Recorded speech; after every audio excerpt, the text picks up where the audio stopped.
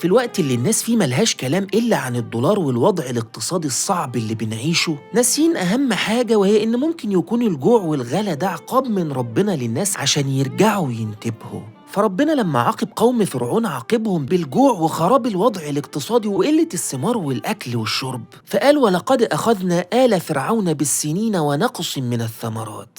فما تفتكرش إن في حاجة بتحصل في ملكه إلا بتقديره وبإرادته. وأوضح من ده إن ربنا وضح لنا إن الجوع ونقص الثمار والأموال مقصود عشان ينتبه الناس، وعشان يفرق ما بين الصابر والجاحد والراضي والساخط. فقال لنا ولنبلونكم بشيء من الخوف والجوع ونقص من الأموال والأنفس والثمرات وبشر الصابرين. فالسؤال الأهم في الأيام دي مش إن الوضع اللي إحنا فيه وصلنا له إزاي، لكن وصلنا له ليه. ولو حبيت تعرف الجواب عن السؤال بليه، فالنبي صلى الله عليه وسلم بيجاوبك في حديث بيحذرنا فيه بمنتهى الوضوح من كل حاجة احنا بنعيشها دلوقتي بالتفصيل، من الجوع وصعوبة الحياة والغلا وقلة المية، وده كله بسبب بس منعنا لزكاتنا والخداع والغش اللي انتشر بين الناس، وإننا بذنوبنا ما نستحقش حتى قطرة المية من السماء، ولولا الحيوان اللي ملوش ذنب في حاجة كنا اتمنعنا القطرة دي. فقال لنا ولم ينقصوا المكيال والميزان إلا أخذوا بالسنين وشدة المؤونة وجور السلطان عليهم، ولم يمنعوا زكاة أموالهم إلا منعوا القطر من السماء ولولا البهائم لم يمطروا.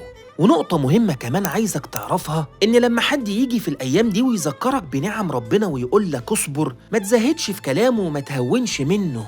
فسيدنا موسى لما اشتدت الحياة عليه وعلى قومه واتقفلت الدنيا في وشهم ما قالش إلا كلمة واحدة، وهو القائد والنبي اللي عنده رؤى وحلول سياسية واقتصادية، ما قالهمش إلا كلمة واحدة، قال لهم استعينوا بالله واصبروا. كلمة واحدة حب بيها في وقت الشدة يربط قلوبهم بربهم وحده، ويعلمهم ويعلمنا إن لما تضيق بيك الدنيا بظلم البشر إننا نصبر ونحسن الظن بالله وقدرته على تغيير كل شيء.